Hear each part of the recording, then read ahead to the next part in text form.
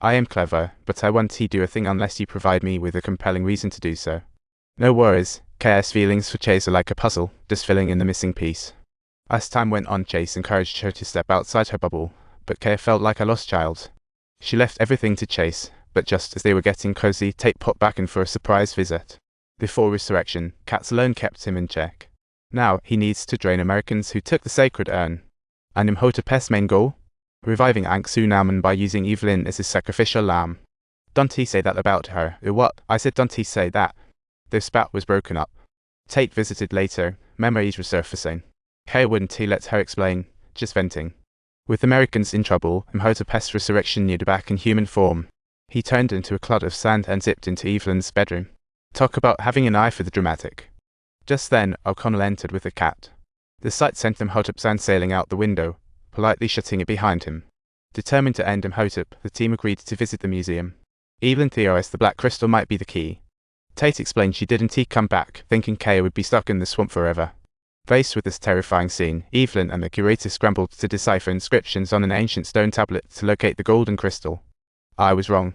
Tate wanted to make amends, and Kaya just took her apology. But she didn't say she forgave her because it all felt too late. A few days later, she went to town for groceries and unexpectedly ran into Chase.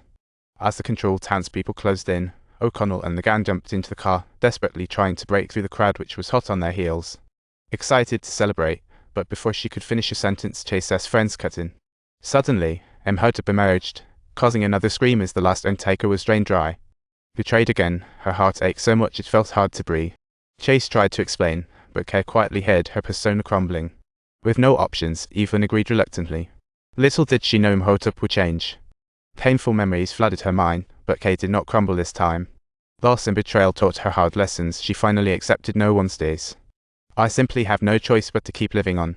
After the official publication of her first book, she bought loads of new furniture, giving her little place a brand new look. Yet Chase viewed her as his personal trophy. Chase sought to pull her back into the mud. Everyone viewed her as the Swamp Queen, a great feat for him. Despite finding her wild side in the swamp, Kaya always had to watch for Chase's retaliation. Now she didn't even feel safe at home. Chase constantly destroyed her little world. She had no clear understanding of how long she would have to endure this kind of life, and therefore was always living in fear, constantly worried about the next time he might launch a sudden attack. But despite that, she refused to let Tate intervene. Kaya had her own plans. She planned to meet the publisher in the city to discuss her next book's details. The next day, Kaya jotted down the bus schedule at the grocery store. The owner, who watched her grow up, was furious to see the sorrow on her face. Thankfully, while the plane didn't explode and everyone survived, sadly Winston was lost, swallowed by the quicksand. Days later, she masked her bruises with makeup and boarded the early bus to the city amid the town's gossip, meeting with the publisher's editor. She stayed overnight there and hurried back to the town the next day. That's the full story of the Swamp Girl.